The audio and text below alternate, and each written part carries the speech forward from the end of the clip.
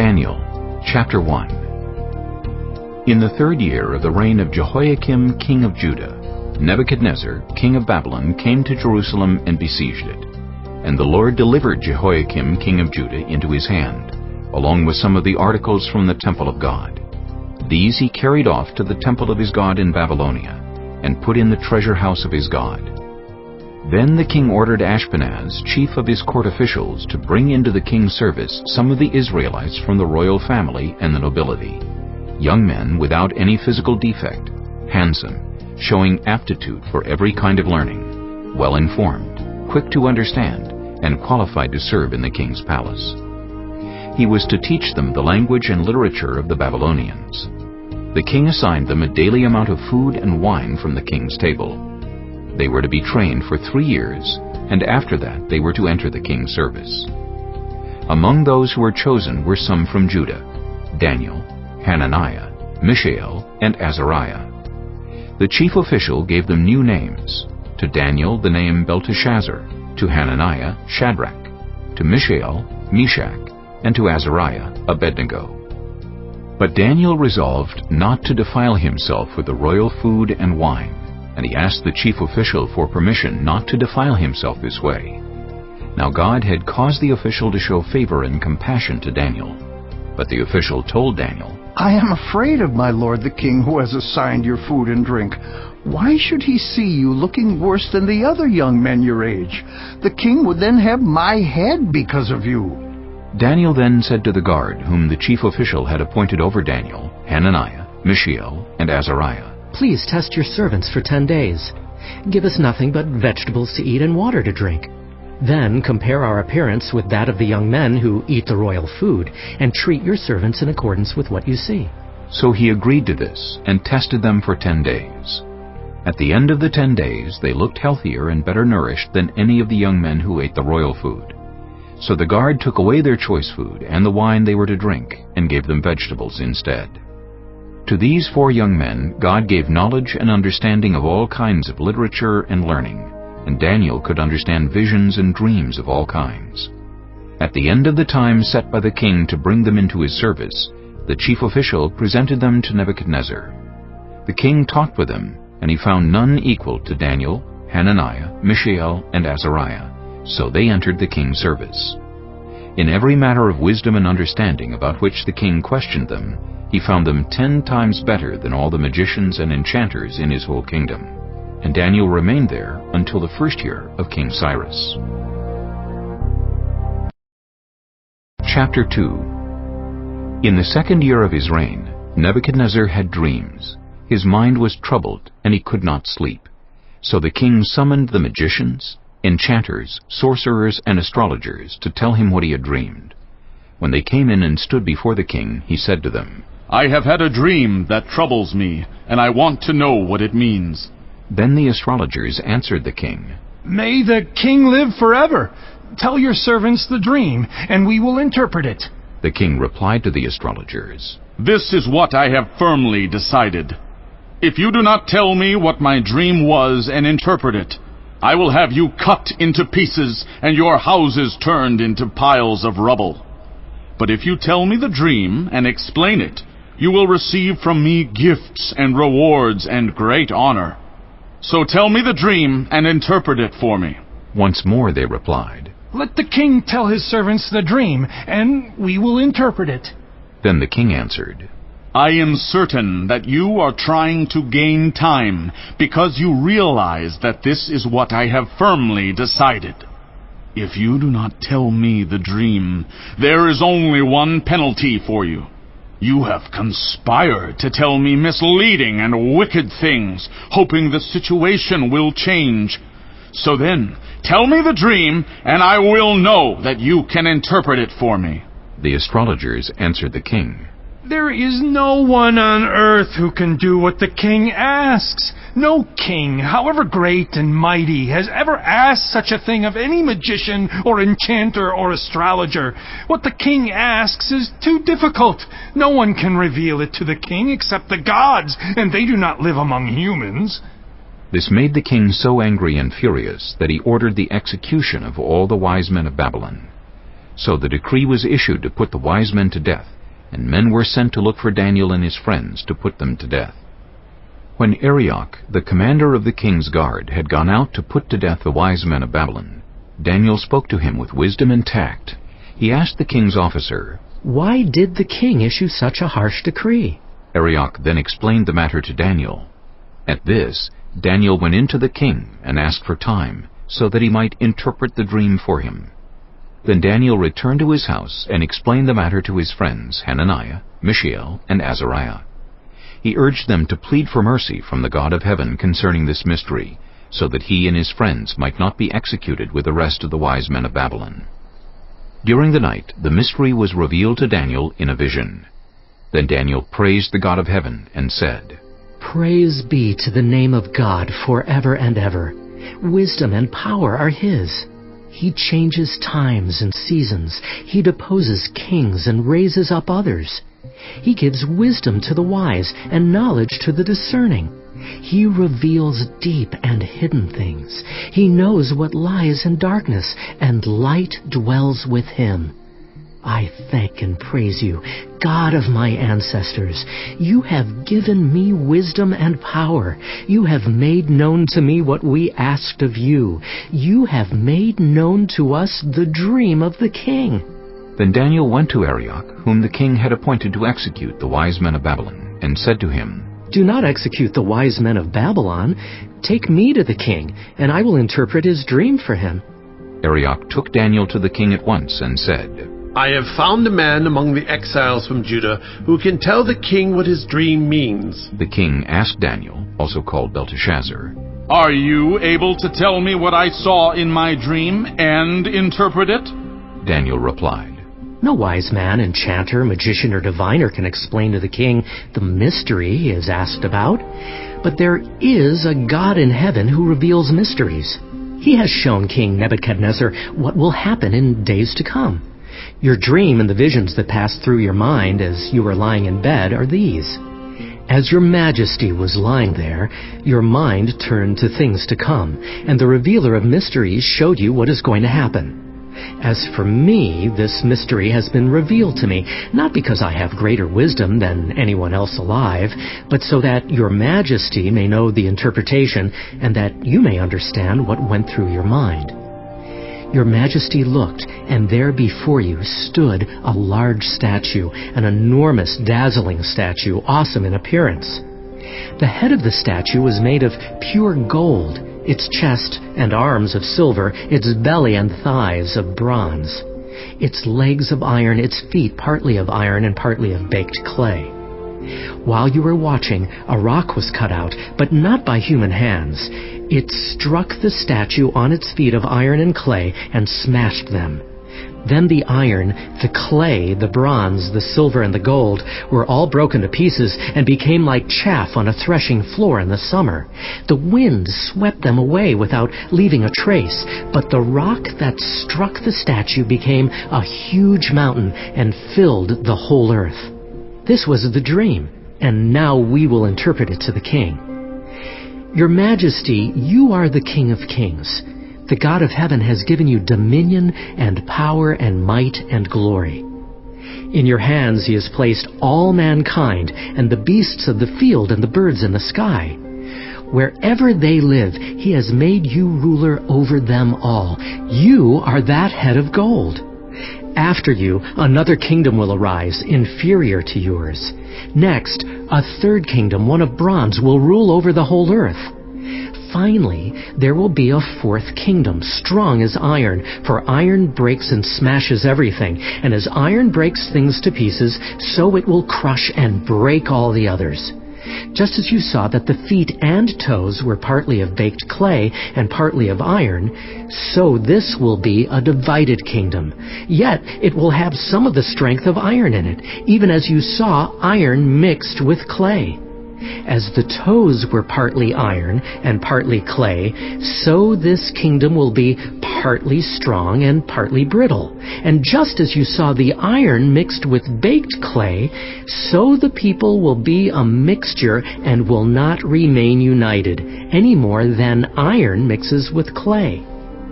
In the time of those kings, the God of heaven will set up a kingdom that will never be destroyed, nor will it be left to another people. It will crush all those kingdoms and bring them to an end, but it will itself endure forever. This is the meaning of the vision of the rock cut out of a mountain, but not by human hands, a rock that broke the iron, the bronze, the clay, the silver, and the gold to pieces. The great God has shown the king what will take place in the future. The dream is true, and its interpretation is trustworthy. Then King Nebuchadnezzar fell prostrate before Daniel and paid him honor and ordered that an offering and incense be presented to him. The king said to Daniel, Surely your God is the God of gods and the Lord of kings and a revealer of mysteries, for you were able to reveal this mystery. Then the king placed Daniel in a high position and lavished many gifts on him. He made him ruler over the entire province of Babylon and placed him in charge of all its wise men. Moreover, at Daniel's request, the king appointed Shadrach, Meshach, and Abednego administrators over the province of Babylon, while Daniel himself remained at the royal court. Chapter 3. King Nebuchadnezzar made an image of gold 60 cubits high and 6 cubits wide, and set it up on the plain of Dura in the province of Babylon. He then summoned the satraps, prefects, governors, advisors, treasurers, judges, magistrates, and all the other provincial officials to come to the dedication of the image he had set up. So the satraps, prefects, governors, advisors, treasurers, judges, magistrates, and all the other provincial officials assembled for the dedication of the image that King Nebuchadnezzar had set up, and they stood before it. Then the herald loudly proclaimed, Nations and peoples of every language, this is what you are commanded to do. As soon as you hear the sound of the horn, flute, zither, lyre, harp, pipe, and all kinds of music, you must fall down and worship the image of gold that King Nebuchadnezzar has set up. Whoever does not fall down and worship will immediately be thrown into a blazing furnace. Therefore, as soon as they heard the sound of the horn, flute, zither, lyre, harp, and all kinds of music, all the nations and peoples of every language fell down and worshipped the image of gold that King Nebuchadnezzar had set up. At this time some astrologers came forward and denounced the Jews. They said to King Nebuchadnezzar, May the king live forever. Your Majesty has issued a decree that everyone who hears the sound of the horn, flute, zither, lyre, harp, pipe, and all kinds of music must fall down and worship the image of gold, and that whoever does not fall down and worship will be thrown into a blazing furnace. But there are some Jews whom you have set over the affairs of the province of Babylon, Shadrach, Meshach, and Abednego, who pay no attention to you, your Majesty. They neither serve your gods nor worship the image of gold you have set up. Furious with rage, Nebuchadnezzar summoned Shadrach, Meshach, and Abednego. So these men were brought before the king, and Nebuchadnezzar said to them, Is it true, Shadrach, Meshach, and Abednego, that you do not serve my gods or worship the image of gold I have set up? Now, when you hear the sound of the horn, flute, zither, lyre, harp, pipe, and all kinds of music, if you are ready to fall down and worship the image I made, very good. But if you do not worship it, you will be thrown immediately into a blazing furnace. Then what God will be able to rescue you from my hand? Shadrach, Meshach, and Abednego replied to him, King Nebuchadnezzar, we do not need to defend ourselves before you in this matter. If we are thrown into the blazing furnace, the God we serve is able to deliver us from it, and he will deliver us from your Majesty's hand. But even if he does not, we want you to know, your Majesty, that we will not serve your gods or worship the image of gold you have set up. Then Nebuchadnezzar was furious with Shadrach, Meshach, and Abednego, and his attitude toward them changed. He ordered the furnace heated 7 times hotter than usual, and commanded some of the strongest soldiers in his army to tie up Shadrach, Meshach, and Abednego, and throw them into the blazing furnace. So these men, wearing their robes, trousers, turbans, and other clothes, were bound and thrown into the blazing furnace. The king's command was so urgent, and the furnace so hot, that the flames of the fire killed the soldiers who took up Shadrach, Meshach, and Abednego. And these 3 men, firmly tied, fell into the blazing furnace. Then King Nebuchadnezzar leaped to his feet in amazement and asked his advisors, "Weren't there 3 men that we tied up and threw into the fire?" They replied. Certainly, Your Majesty. He said, "Look, I see 4 men walking around in the fire, unbound and unharmed, and the 4th looks like a son of the gods." Nebuchadnezzar then approached the opening of the blazing furnace and shouted, "Shadrach, Meshach, and Abednego, servants of the Most High God, come out! Come here!" So Shadrach, Meshach, and Abednego came out of the fire, and the satraps, prefects, governors, and royal advisors crowded around them. They saw that the fire had not harmed their bodies, nor was a hair of their heads singed. Their robes were not scorched, and there was no smell of fire on them. Then Nebuchadnezzar said, "Praise be to the God of Shadrach, Meshach, and Abednego, who has sent his angel and rescued his servants. They trusted in him and defied the king's command, and were willing to give up their lives rather than serve or worship any god except their own God. Therefore I decree that the people of any nation or language who say anything against the God of Shadrach, Meshach, and Abednego be cut into pieces, and their houses be turned into piles of rubble, for no other God can save in this way." Then the king promoted Shadrach, Meshach, and Abednego in the province of Babylon.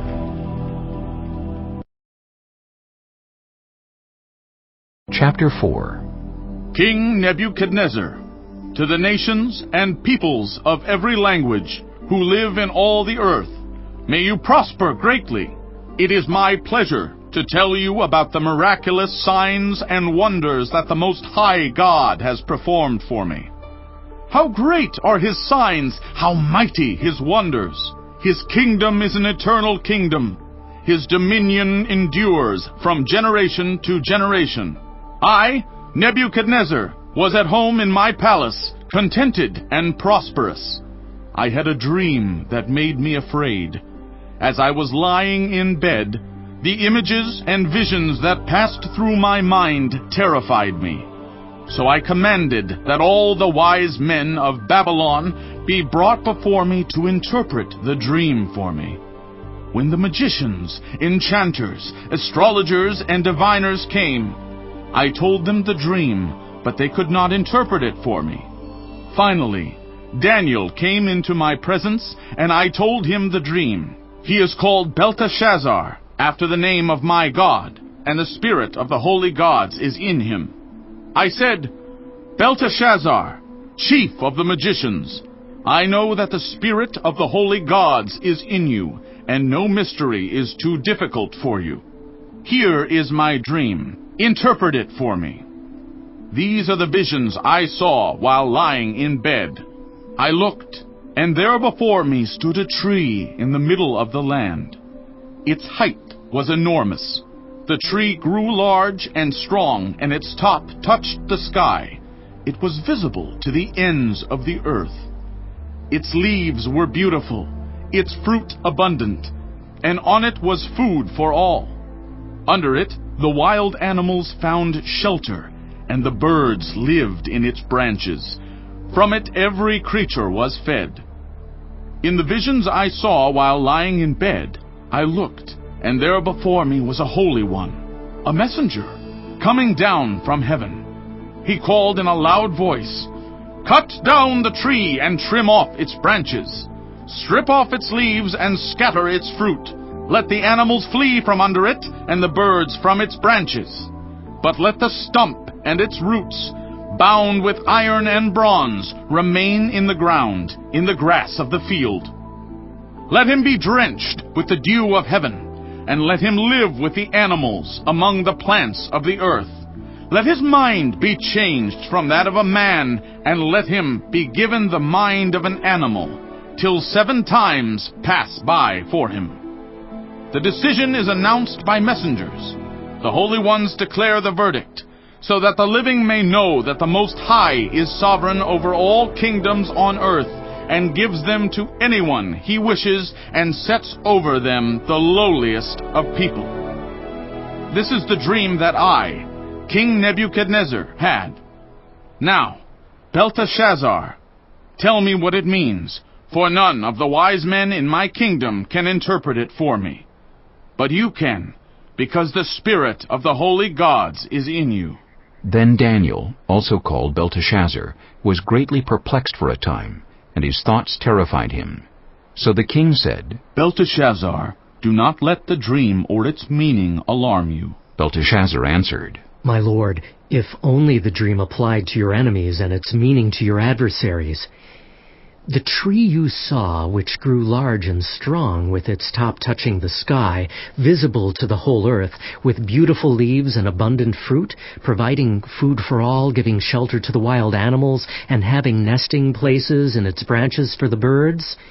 Your Majesty, you are that tree. You have become great and strong. Your greatness has grown until it reaches the sky, and your dominion extends to distant parts of the earth. Your Majesty saw a holy one, a messenger, coming down from heaven and saying, Cut down the tree and destroy it, but leave the stump bound with iron and bronze in the grass of the field, while its roots remain in the ground. Let him be drenched with the dew of heaven. Let him live with the wild animals until 7 times pass by for him. This is the interpretation, Your Majesty, and this is the decree the Most High has issued against my lord the king.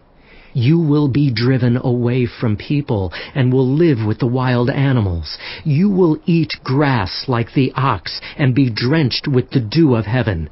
7 times will pass by for you until you acknowledge that the Most High is sovereign over all kingdoms on earth and gives them to anyone he wishes. The command to leave the stump of the tree with its roots means that your kingdom will be restored to you when you acknowledge that heaven rules. Therefore, Your Majesty, be pleased to accept my advice.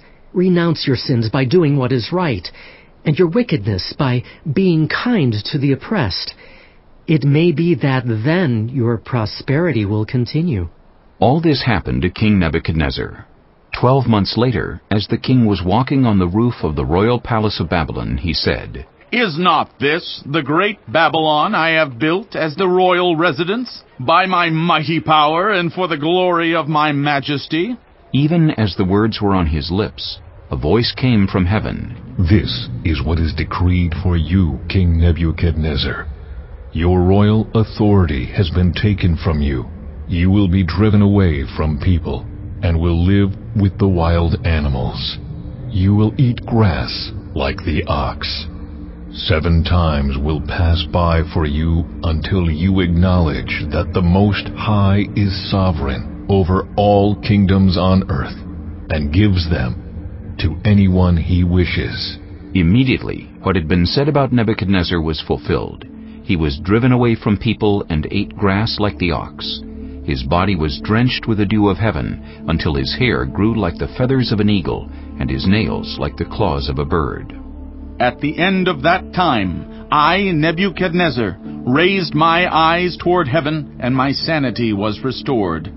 Then I praised the Most High. I honored and glorified him who lives forever. His dominion is an eternal dominion. His kingdom endures from generation to generation. All the peoples of the earth are regarded as nothing. He does as he pleases with the powers of heaven and the peoples of the earth. No one can hold back his hand or say to him, What have you done? At the same time that my sanity was restored, my honor and splendor were returned to me for the glory of my kingdom. My advisers and nobles sought me out, and I was restored to my throne, and became even greater than before. Now I, Nebuchadnezzar, praise and exalt and glorify the King of heaven, because everything he does is right, and all his ways are just. And those who walk in pride, he is able to humble. Chapter 5. King Belshazzar gave a great banquet for 1,000 of his nobles, and drank wine with them. While Belshazzar was drinking his wine, he gave orders to bring in the gold and silver goblets that Nebuchadnezzar his father had taken from the temple in Jerusalem, so that the king and his nobles, his wives and his concubines might drink from them. So they brought in the gold goblets that had been taken from the temple of God in Jerusalem. And the king and his nobles, his wives and his concubines drank from them. As they drank the wine, they praised the gods of gold and silver, of bronze, iron, wood, and stone. Suddenly the fingers of a human hand appeared and wrote on the plaster of the wall near the lampstand in the royal palace. The king watched the hand as it wrote. His face turned pale, and he was so frightened that his legs became weak and his knees were knocking. The king summoned the enchanters, astrologers, and diviners. Then he said to these wise men of Babylon, "Whoever reads this writing and tells me what it means will be clothed in purple and have a gold chain placed around his neck, and he will be made the third highest ruler in the kingdom." Then all the king's wise men came in, but they could not read the writing or tell the king what it meant. So King Belshazzar became even more terrified, and his face grew more pale. His nobles were baffled. The queen, hearing the voices of the king and his nobles, came into the banquet hall. "May the king live forever," she said. "Don't be alarmed. Don't look so pale. There is a man in your kingdom who has the spirit of the holy gods in him. In the time of your father, he was found to have insight and intelligence and wisdom like that of the gods. Your father, King Nebuchadnezzar, appointed him chief of the magicians, enchanters, astrologers, and diviners. He did this because Daniel, whom the king called Belshazzar, was found to have a keen mind and knowledge and understanding, and also the ability to interpret dreams, explain riddles, and solve difficult problems. Call for Daniel, and he will tell you what the writing means." So Daniel was brought before the king, and the king said to him, "Are you Daniel, one of the exiles my father the king brought from Judah? I have heard that the spirit of the gods is in you, and that you have insight, intelligence, and outstanding wisdom. The wise men and enchanters were brought before me to read this writing and tell me what it means, but they could not explain it. Now I have heard that you are able to give interpretations and to solve difficult problems. If you can read this writing and tell me what it means, you will be clothed in purple and have a gold chain placed around your neck, and you will be made the third highest ruler in the kingdom." Then Daniel answered the king, "You may keep your gifts for yourself and give your rewards to someone else. Nevertheless, I will read the writing for the king and tell him what it means.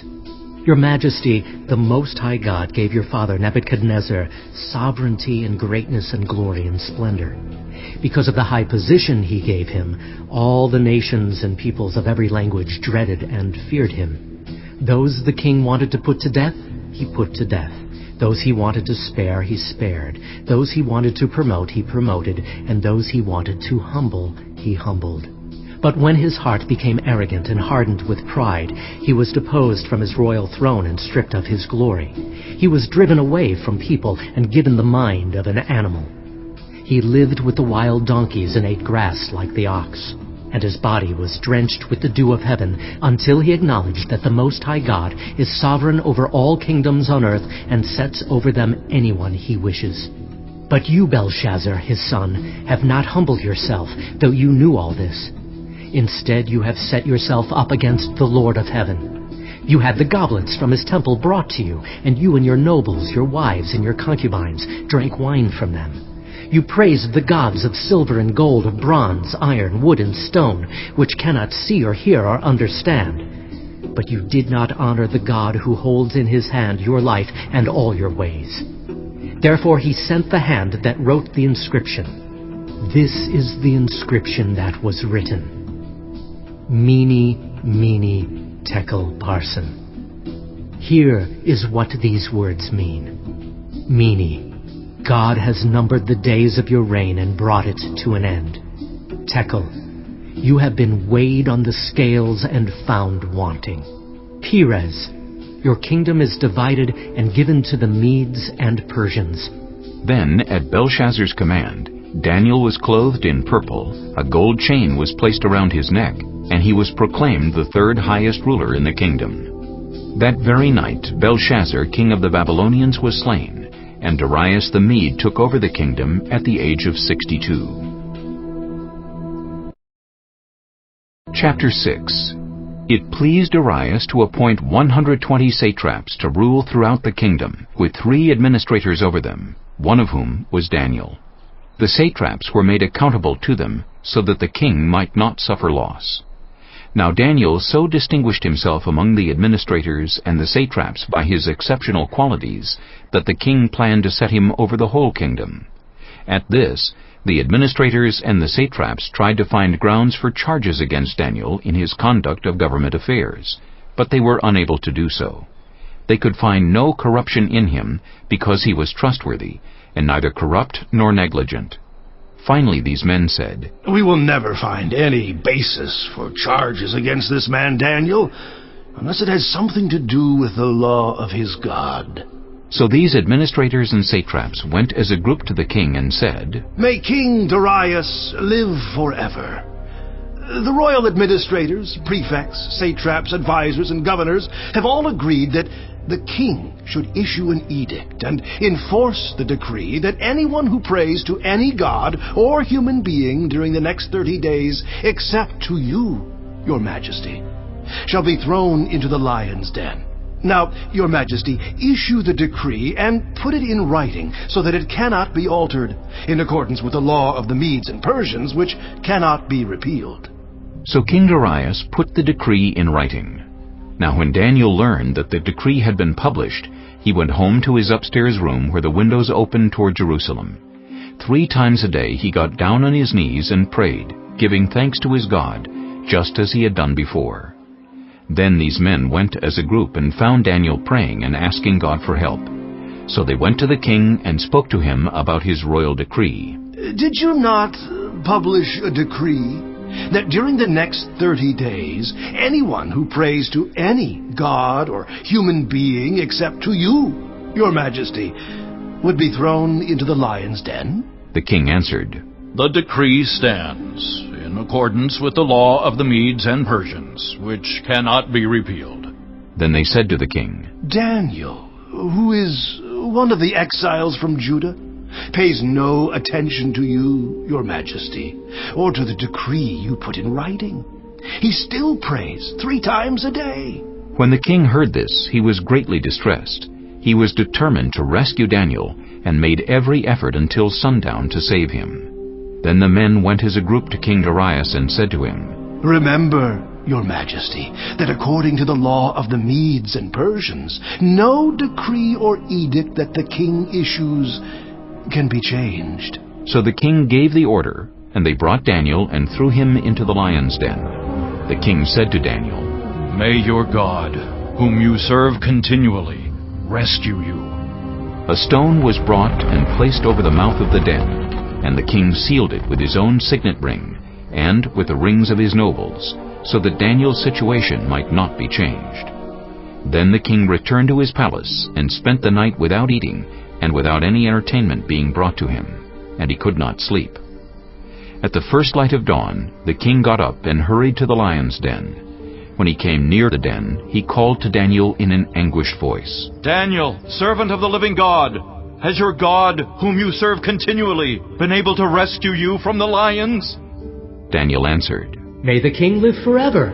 My God sent his angel, and he shut the mouths of the lions. They have not hurt me, because I was found innocent in his sight. Nor have I ever done any wrong before you, your majesty."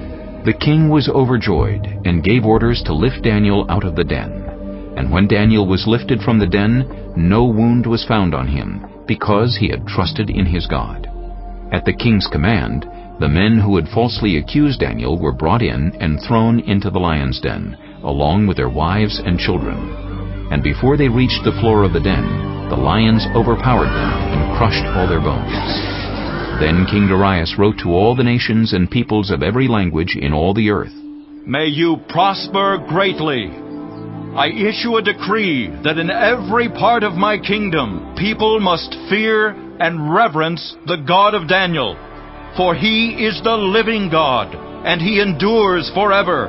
His kingdom will not be destroyed. His dominion will never end. He rescues and he saves. He performs signs and wonders in the heavens and on the earth. He has rescued Daniel from the power of the lions. So Daniel prospered during the reign of Darius and the reign of Cyrus the Persian. Chapter 7. In the first year of Belshazzar king of Babylon, Daniel had a dream, and visions passed through his mind as he was lying in bed. He wrote down the substance of his dream. Daniel said, In my vision at night I looked, and there before me were the 4 winds of heaven churning up the great sea. 4 great beasts, each different from the others, came up out of the sea. The first was like a lion, and it had the wings of an eagle. I watched until its wings were torn off, and it was lifted from the ground so that it stood on 2 feet like a human being, and the mind of a human was given to it. And there before me was a second beast, which looked like a bear. It was raised up on one of its sides, and it had 3 ribs in its mouth between its teeth. It was told, Get up and eat your fill of flesh. After that I looked, and there before me was another beast, one that looked like a leopard.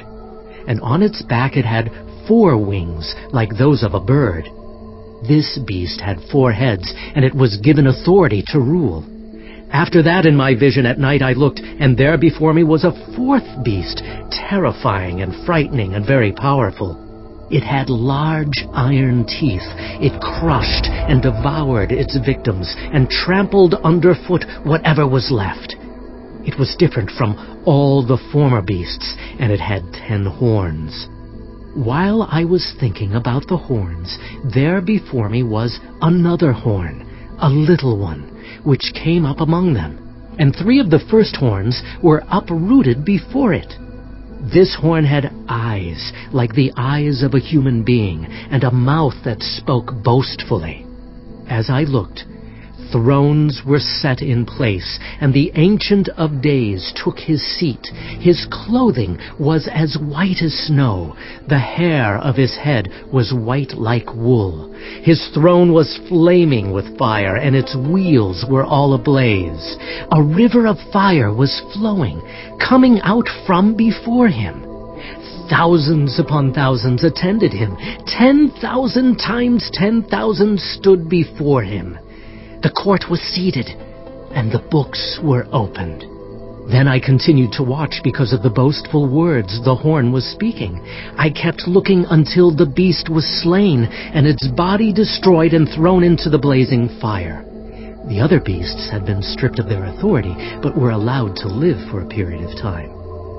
In my vision at night I looked, and there before me was one like a son of man, coming with the clouds of heaven. He approached the Ancient of Days and was led into his presence. He was given authority, glory, and sovereign power. All nations and peoples of every language worshipped him. His dominion is an everlasting dominion that will not pass away, and his kingdom is one that will never be destroyed. I, Daniel, was troubled in spirit, and the visions that passed through my mind disturbed me. I approached one of those standing there and asked him the meaning of all this. So he told me and gave me the interpretation of these things. The 4 great beasts are 4 kings that will rise from the earth, but the holy people of the Most High will receive the kingdom and will possess it forever. Yes, forever and ever. Then I wanted to know the meaning of the 4th beast, which was different from all the others and most terrifying, with its iron teeth and bronze claws, the beast that crushed and devoured its victims and trampled underfoot whatever was left. I also wanted to know about the 10 horns on its head, and about the other horn that came up, before which 3 of them fell, the horn that looked more imposing than the others, and that had eyes and a mouth that spoke boastfully. As I watched, this horn was waging war against the holy people and defeating them, until the Ancient of Days came and pronounced judgment in favor of the holy people of the Most High, and the time came when they possessed the kingdom. He gave me this explanation. The 4th beast is a 4th kingdom that will appear on earth. It will be different from all the other kingdoms and will devour the whole earth, trampling it down and crushing it. The 10 horns are 10 kings who will come from this kingdom. After them, another king will arise, different from the earlier ones.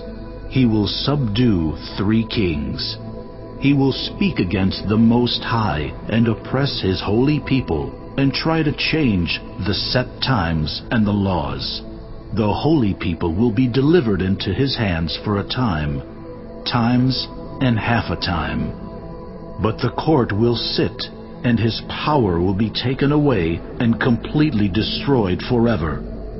Then the sovereignty, power, and greatness of all the kingdoms under heaven will be handed over to the holy people of the Most High. His kingdom will be an everlasting kingdom, and all rulers will worship and obey him. This is the end of the matter. I, Daniel, was deeply troubled by my thoughts, and my face turned pale, but I kept the matter to myself. Chapter 8. In the 3rd year of King Belshazzar's reign, I, Daniel, had a vision, after the one that had already appeared to me. In my vision, I saw myself in the citadel of Susa, in the province of Elam. In the vision, I was beside the Ulai Canal. I looked up, and there before me was a ram with 2 horns, standing beside the canal, and the horns were long. One of the horns was longer than the other, but grew up later. I watched the ram as it charged toward the west, and the north, and the south.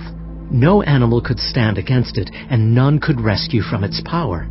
It did as it pleased, and became great. As I was thinking about this, suddenly a goat with a prominent horn between its eyes came from the west, crossing the whole earth without touching the ground. It came toward the 2-horned ram I had seen standing beside the canal, and charged at it in great rage.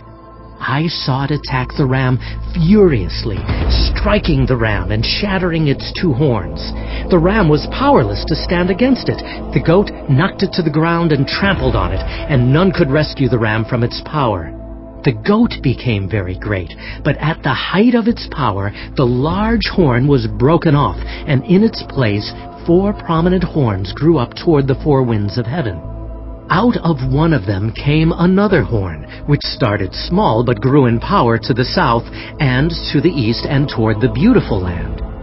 It grew until it reached the host of the heavens, and it threw some of the starry host down to the earth and trampled on them. It set itself up to be as great as the commander of the army of the Lord. It took away the daily sacrifice from the Lord, and his sanctuary was thrown down. Because of rebellion, the Lord's people and the daily sacrifice were given over to it. It prospered in everything it did, and truth was thrown to the ground. Then I heard a Holy One speaking, and another Holy One said to him, "How long will it take for the vision to be fulfilled? The vision concerning the daily sacrifice, the rebellion that causes desolation, the surrender of the sanctuary, and the trampling underfoot of the Lord's people." He said to me, "It will take 2,300 evenings and mornings. Then the sanctuary will be reconsecrated." While I, Daniel, was watching the vision and trying to understand it, there before me stood one who looked like a man. And I heard a man's voice from the Ulai calling, "Gabriel, tell this man the meaning of the vision." As he came near the place where I was standing, I was terrified and fell prostrate. "Son of man," he said to me, "understand that the vision concerns the time of the end. While he was speaking to me, I was in a deep sleep, with my face to the ground. Then he touched me and raised me to my feet. He said, I am going to tell you what will happen later in the time of wrath, because the vision concerns the appointed time of the end. The two-horned ram that you saw represents the kings of Media and Persia. The shaggy goat is the king of Greece, and the large horn between its eyes is the first king. The 4 horns that replaced the one that was broken off represent 4 kingdoms that will emerge from his nation, but will not have the same power.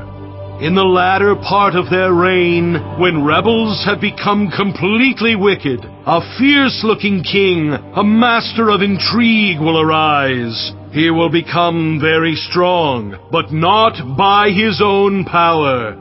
He will cause astounding devastation, and will succeed in whatever he does. He will destroy those who are mighty, the holy people. He will cause deceit to prosper, and he will consider himself superior.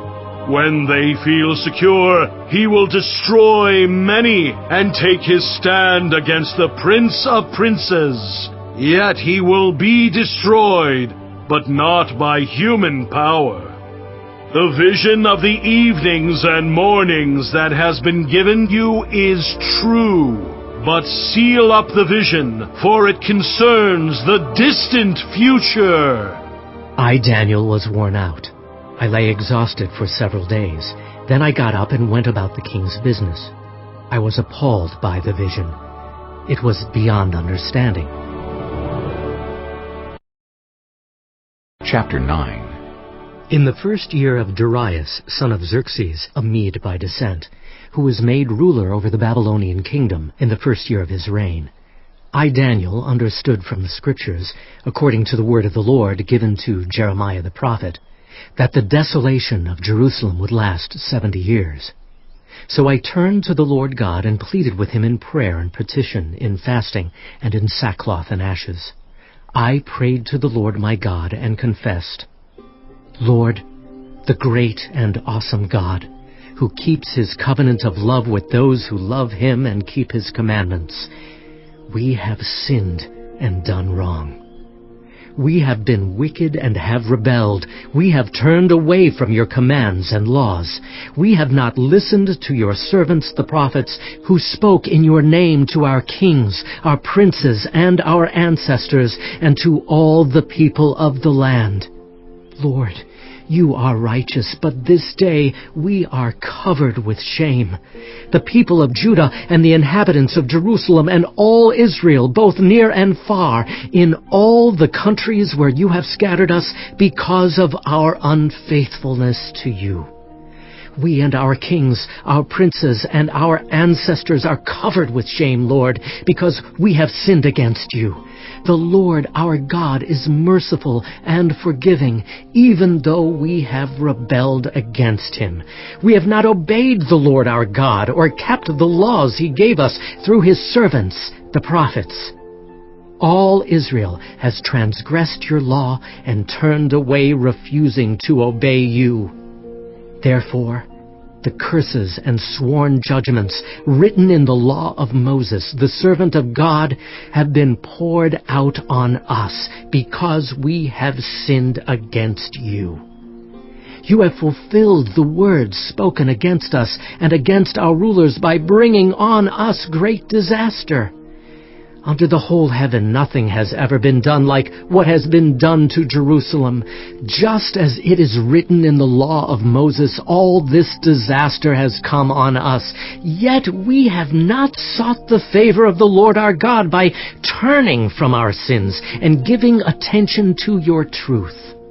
The Lord did not hesitate to bring the disaster on us, for the Lord our God is righteous in everything he does. Yet we have not obeyed him. Now, Lord our God, who brought your people out of Egypt with a mighty hand, and who made for yourself a name that endures to this day, we have sinned. We have done wrong. Lord, in keeping with all your righteous acts, turn away your anger and your wrath from Jerusalem, your city, your holy hill. Our sins and the iniquities of our ancestors have made Jerusalem and your people an object of scorn to all those around us. Now, our God, hear the prayers and petitions of your servant. For your sake, Lord, look with favor on your desolate sanctuary. Give ear, our God, and hear. Open your eyes and see the desolation of the city that bears your name. We do not make requests of you because we are righteous, but because of your great mercy. Lord, listen. Lord, forgive. Lord, hear and act.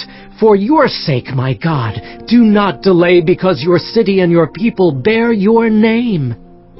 While I was speaking and praying, confessing my sin and the sin of my people Israel, and making my request to the Lord my God for his holy hill, while I was still in prayer, Gabriel, the man I had seen in the earlier vision, came to me in swift flight about the time of the evening sacrifice.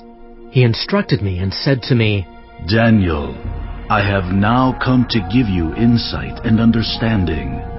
As soon as you began to pray, a word went out, which I have come to tell you, for you are highly esteemed. Therefore, consider the word and understand the vision.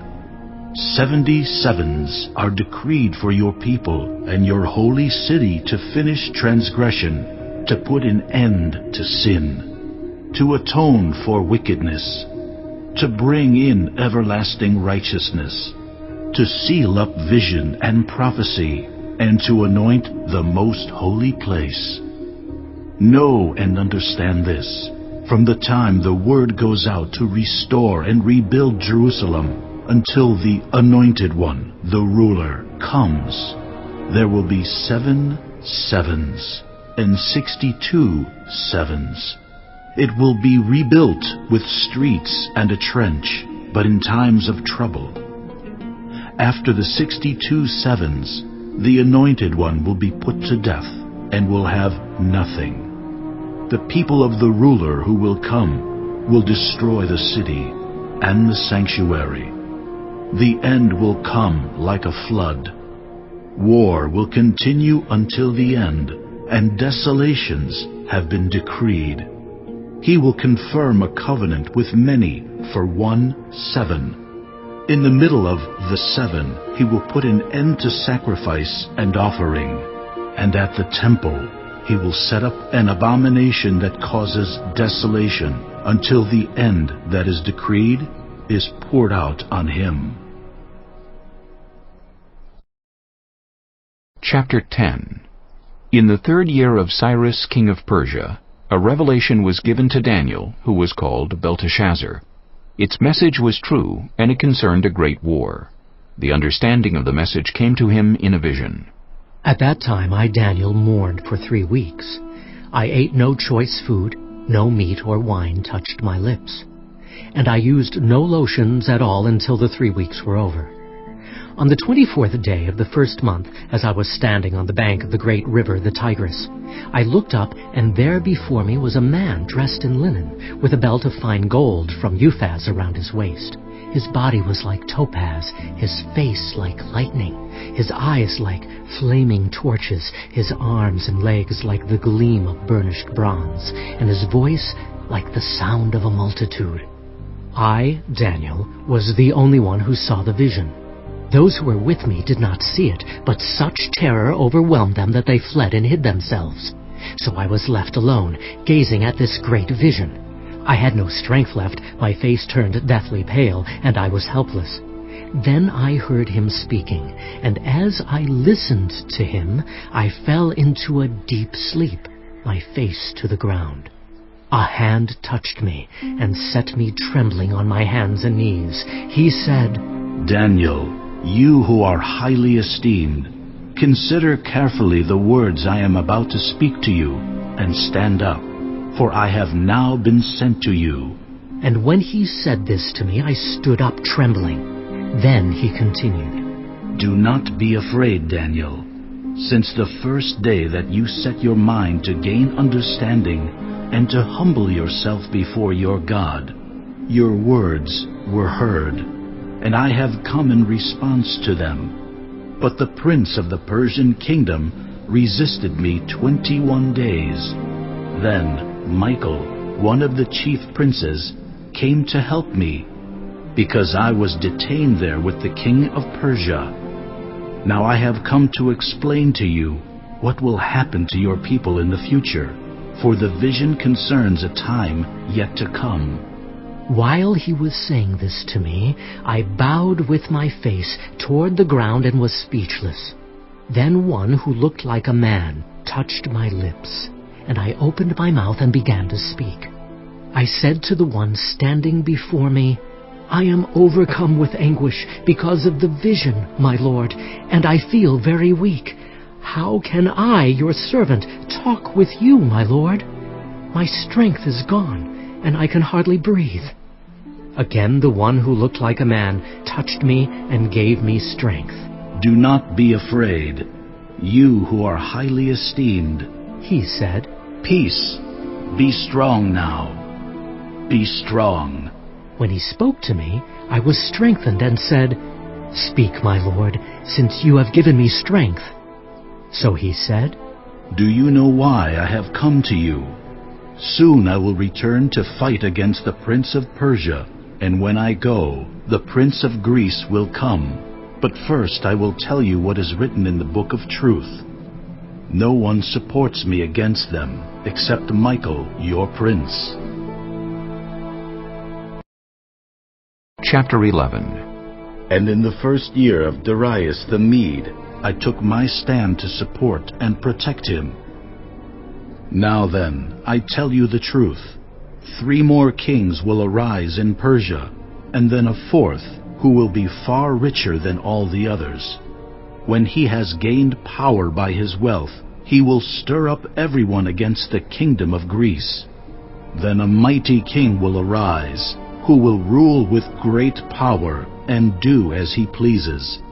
After he has arisen, his empire will be broken up and parceled out toward the 4 winds of heaven. It will not go to his descendants, nor will it have the power he exercised, because his empire will be uprooted and given to others. The king of the south will become strong, but one of his commanders will become even stronger than he, and will rule his own kingdom with great power. After some years, they will become allies. The daughter of the king of the south will go to the king of the north to make an alliance, but she will not retain her power, and he and his power will not last. In those days she will be betrayed, together with her royal escort and her father and the one who supported her. One from her family line will arise to take her place.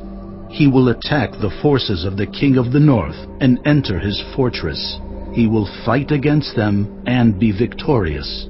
He will also seize their gods, their metal images, and their valuable articles of silver and gold, and carry them off to Egypt. For some years he will leave the king of the north alone. Then the king of the north will invade the realm of the king of the south, but will retreat to his own country. His sons will prepare for war and assemble a great army, which will sweep on like an irresistible flood and carry the battle as far as his fortress. Then the king of the south will march out in a rage and fight against the king of the north, who will raise a large army, but it will be defeated. When the army is carried off, the king of the south will be filled with pride and will slaughter many thousands, yet he will not remain triumphant. For the king of the north will muster another army, larger than the first, and after several years he will advance with a huge army, fully equipped. In those times many will rise against the king of the south. Those who are violent among your own people will rebel in fulfillment of the vision, but without success. Then the king of the north will come and build up siege ramps and will capture a fortified city. The forces of the south will be powerless to resist. Even their best troops will not have the strength to stand. The invader will do as he pleases. No one will be able to stand against him. He will establish himself in the beautiful land and will have the power to destroy it.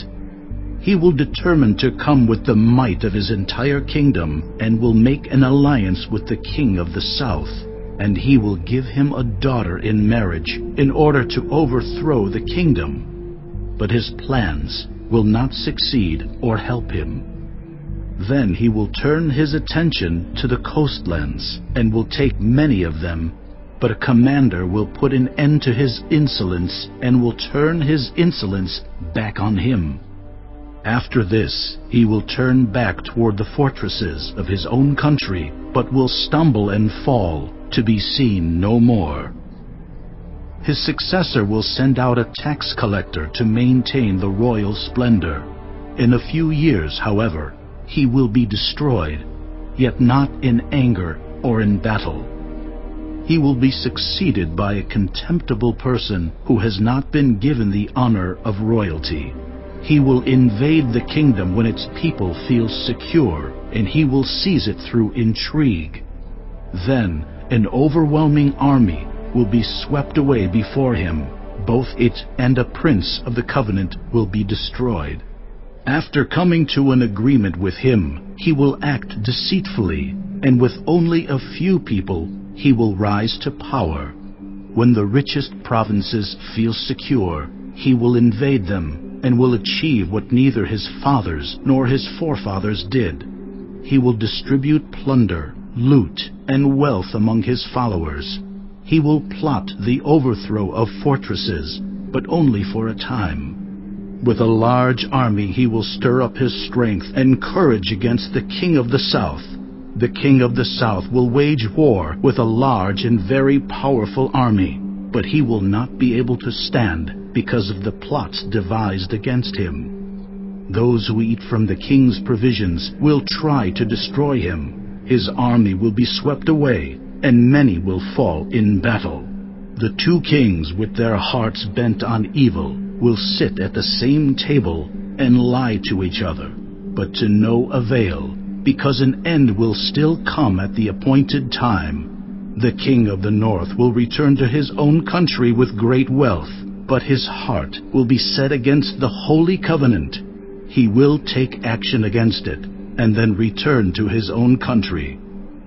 At the appointed time, he will invade the south again, but this time the outcome will be different from what it was before. Ships of the western coastlands will oppose him, and he will lose heart. Then he will turn back and vent his fury against the holy covenant. He will return and show favor to those who forsake the holy covenant. His armed forces will rise up to desecrate the temple fortress and will abolish the daily sacrifice. Then they will set up the abomination that causes desolation. With flattery, he will corrupt those who have violated the covenant, but the people who know their God will firmly resist him. Those who are wise will instruct many, though for a time they will fall by the sword, or be burned, or captured, or plundered. When they fall, they will receive a little help, and many who are not sincere will join them.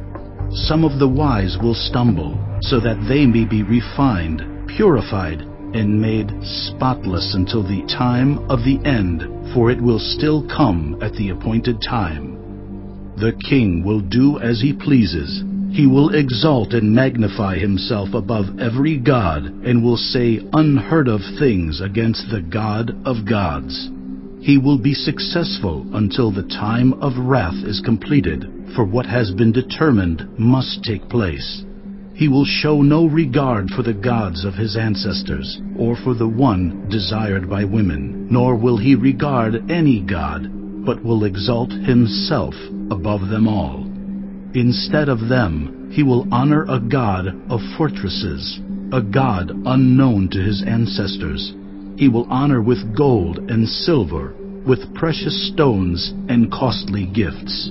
He will attack the mightiest fortresses with the help of a foreign god, and will greatly honor those who acknowledge him. He will make them rulers over many people, and will distribute the land at a price.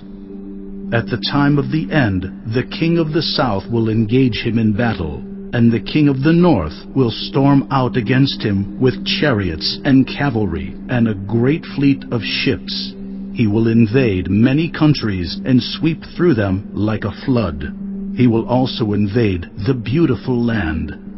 Many countries will fall, but Edom, Moab, and the leaders of Ammon will be delivered from his hand. He will extend his power over many countries.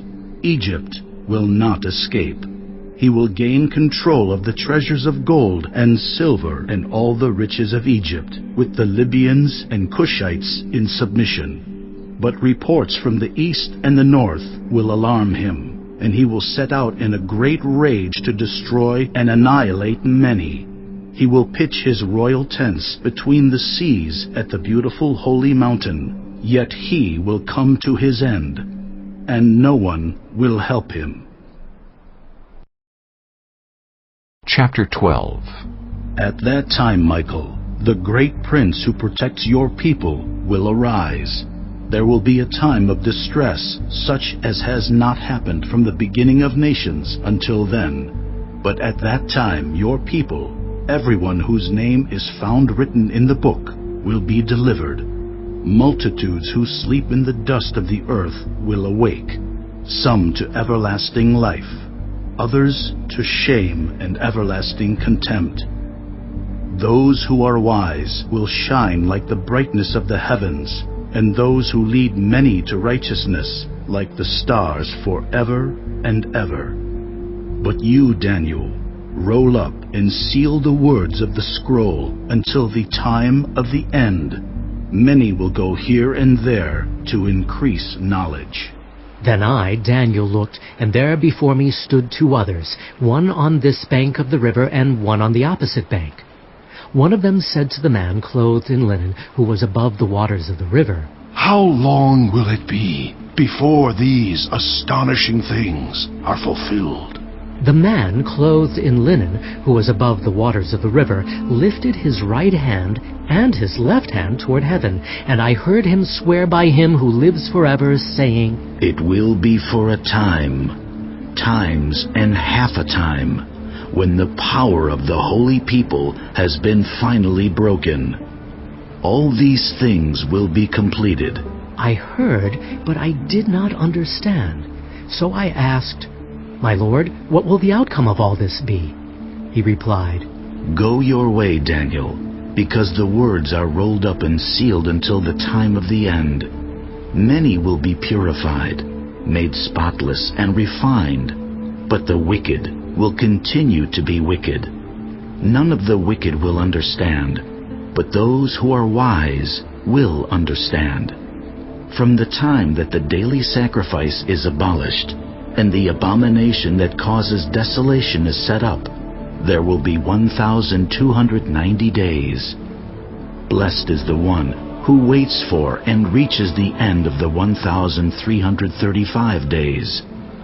As for you, go your way till the end. You will rest, and then at the end of the days, you will rise to receive your allotted inheritance.